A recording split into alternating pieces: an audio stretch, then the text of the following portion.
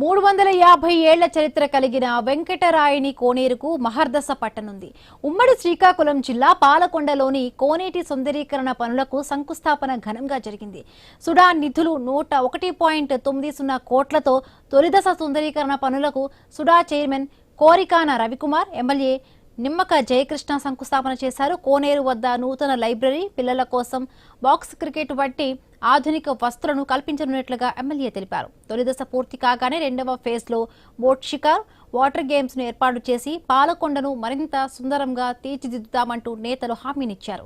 కూటమి ప్రభుత్వంలో నియోజకవర్గాన్ని అన్ని విధాలా అభివృద్ధి చేస్తున్నామని ఎమ్మెల్యే జయకృష్ణ ఈ సందర్భంగా స్పష్టం చేశారు.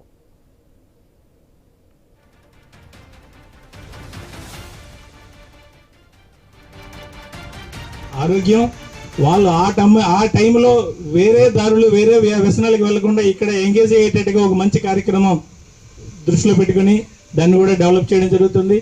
అలాగే ఇక్కడ మనకి లైబ్రరీ ఉంది, దాన్ని కూడా ఫర్దర్ డెవలప్ చేసుకొని అక్కడ సీనియర్ సిటిజన్స్ కానీ లైబ్రరీలో టైం స్పెండ్ చేసే వాళ్ళ కోసం లైబ్రరీ, అలాగే వాకింగ్ ట్రాక్ అందరికీ ఇది అనువుగా ఉండే ఉద్దేశంతో ఇదంతా రెడీ చేస్తున్నాం. సెకండ్ ఫేజ్లో మనం ఇంకా ఇందులో బోటింగ్ అని అక్కడ సెంటర్లో ఒక మంచి విగ్రహం, బోటింగ్ ఎంటర్టైన్మెంట్స్ అన్ని వాటర్ స్పోర్ట్స్ కూడా ఇందులో పెట్టే ఆలోచనలు ఉన్నాయి.